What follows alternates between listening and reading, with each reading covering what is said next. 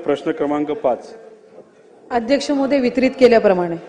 अध्यक्ष महोदय, या प्रश्नाचं उत्तर आम्ही लाडक्या बहिणीच्या बाबतीतला प्रश्न इथं केला होता। अनेक प्रश्न होते जे कंबाईन झाले होते।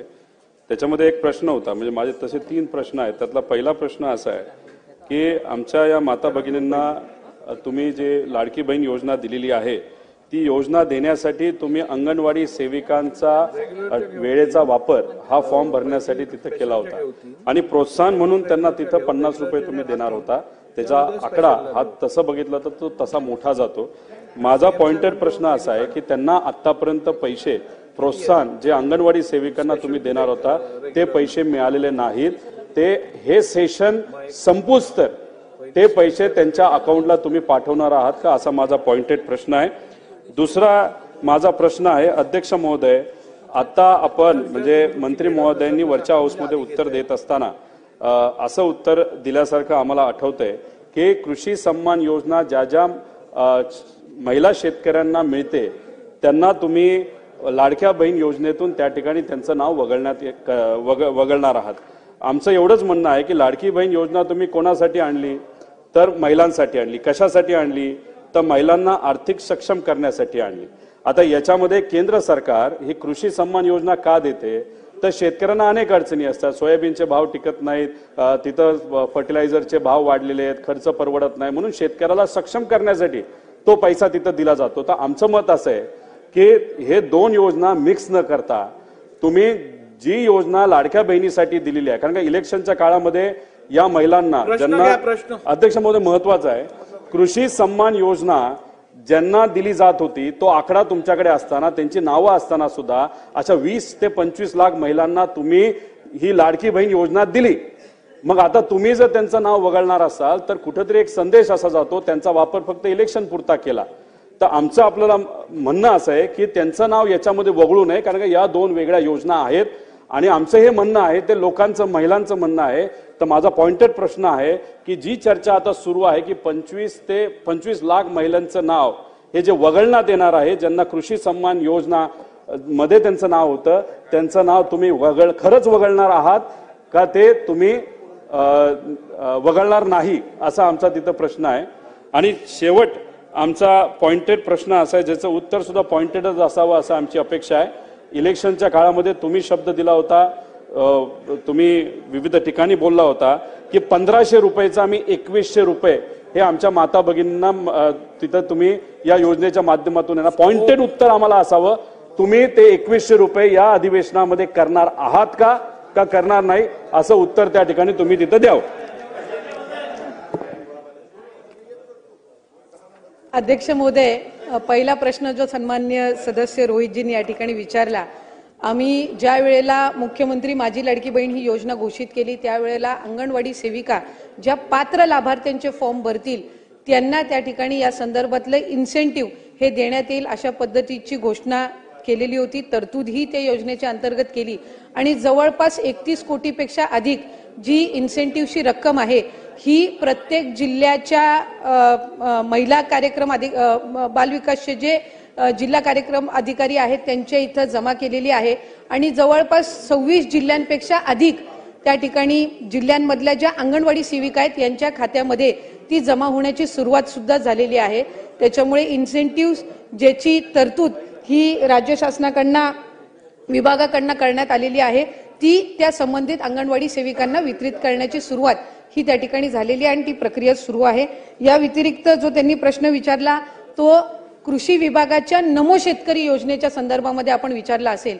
ज्या वेळेला लाडकी बहीण योजनेचा शासन निर्णय निर्गमित करण्यात आला त्यावेळेला त्या शासन निर्णयामध्येच नमूद केलेलं आहे की शासनाच्या ज्या वेगवेगळ्या योजना आहेत आणि ज्याचा लाभ हा माता भगिनी किंवा लाभार्थी घेत आहेत याच्यामध्ये 1500 किंवा 1500च्या अधिक ज्या योजनेचा लाभ ज्या रकमेचा लाभ जर ती लाडकी बहीण घेत असेल तर ती या योजनेमध्ये पात्र होणार नाही। एक नमो शेतकरी योजना जी आहे याच्यामध्ये त्या ज्या महिला आहेत माता भगिनी आहेत यांना 1000 रुपयाचा लाभ मिळत असतो। त्याची जी वरची 500ची कॅपिंग आहे म्हणजे ती शासन निर्णयामध्ये सुरुवातीच्या नमूद केलेली आहे की किमान 1500चा लाभ हा शासनाचा प्रत्येक लाडक्या बहिणीपर्यंत पोहोचला पाहिजे आणि त्यानुसार नमो शेतकरी योजनेच्या ज्या लाभार्थी आहेत या साधारणपणे 5.5 ते 6 लाख आहेत, त्यांना या योजनेतून वगळण्यात आलेलं नाहीये. फक्त त्यांना 1000 रुपये हे नमो शेतकरी योजनेतून मिळतात आणि वरचे 500 जे आहेत हे आपल्या लाडक्या बहीण योजनेच्या माध्यमातून मिळत असतात. त्याच्यामुळे त्या संदर्भातलं कुठलंही वगळण्यात आलेलं नाही. 20-25 लाखचा जो आकडा आहे हा माध्यमांकडून किंवा अशाच पद्धतीनं अफवांच्या इथून आलेला आहे. हा कुठलाही आमच्या विभागाने किंवा शासनाकडून आजपर्यंत तशा पद्धतीचा आकडा काही दिलेला नाही. वरुण सरदेसाई. अध्यक्ष महोदय माझे रोहितजी मी विचारतो तेच विचारतोय. अध्यक्ष महोदय माझे अध्यक्ष ठीक आहे, अध्यक्ष महोदय त्यांना बोलू दे, अध्यक्ष बोला. महोदय माझे 3 स्पेसिफिक प्रश्न मंत्री महोदय यांना आहेत. अहो तेच देतील ना, मी तेच विचारतो ना विचारतायत, परत. 2100च विचारतायत, त्यांना संधी तर द्या. अहो मला बोलू द्या ना. आता सगळे प्रश्न तुम्हीच विचारणार, त्यांना माझे एक संधी 3 स्पेसिफिक प्रश्न आहेत. निवडणुकीच्या पूर्वी जेव्हा माझी लाडकी बहीण योजना जाहीर केली तेव्हा त्यावेळी किती लाभार्थी आपण होते? त्यानंतर निवडणुकीच्या नंतर जेव्हा सगळे निकष लावण्यात आले, घरात गाडी असेल, दुसरी योजना मिळत असेल, त्यामुळे एक्झॅक्ट आकडा किती आहे, किती लाडक्या बहिणींना अपात्र करण्यात आलं, ज्यांना आधी योजनेचा लाभ मिळत होता आता मिळत नाहीये. आणि तिसरा स्पेसिफिक प्रश्न, सरकारने सांगितल्याप्रमाणे महायुतीच्या वचननामात असल्याप्रमाणे मंत्री महोदयांनी कृपया आम्हाला सांगावं की लाडक्या बहीण योजनेचे 2100 रुपये आपण देणार की नाही, येस ऑर नो? अध्यक्ष महोदय, आपल्या माध्यमातून मला सभागृहाला त्या ठिकाणी नमूद करायचंय की ऑक्टोबर 2024 मध्ये ज्या वेळेला आचारसंहितेच्या आधीचा लाभ वितरित करण्यात आला होता त्या लाभार्थ्यांची संख्या 2,33,64,000 सुमारे इतकी होती. फेब्रुवारी महिन्यामध्ये जो आता आपण लाभ वितरित केला त्याची संख्या ही साधारणपणे 2,47,00,000 आहे. याचा अर्थ असा की आचारसंहितेच्या आधी 2,33,00,000 होती आणि आता 2,47,00,000 आपण महिलांना लाभ हा त्यांच्या खात्यामध्ये जमा केलेला आहे. आणि 2100च्या संदर्भातला जो निर्णय आहे, महायुतीच्या सरकारने ही महत्वाकांक्षी योजना आणलेली आहे आणि महिलांना 1500चा लाभ वितरित करणारे महायुतीचं सरकार हे एकमेव सरकार आहे. त्याच्यामुळे त्यांच्या आयुष्यामध्ये हा जो आनंद आहे हा अशाच पद्धतीने ही योजना राहणार आहे. आणि 2100च्या संदर्भातला योग्य तो निर्णय आमचे मुख्यमंत्री देवेंद्र फडणवीस साहेब आणि दोन्ही उपमुख्यमंत्री योग्य वेळी घेतील. लाडक्या बहिणींची फसवणूक होणार नाही ही दक्षता निश्चितपणाने महायुतीचं सरकार घेईल. पुढे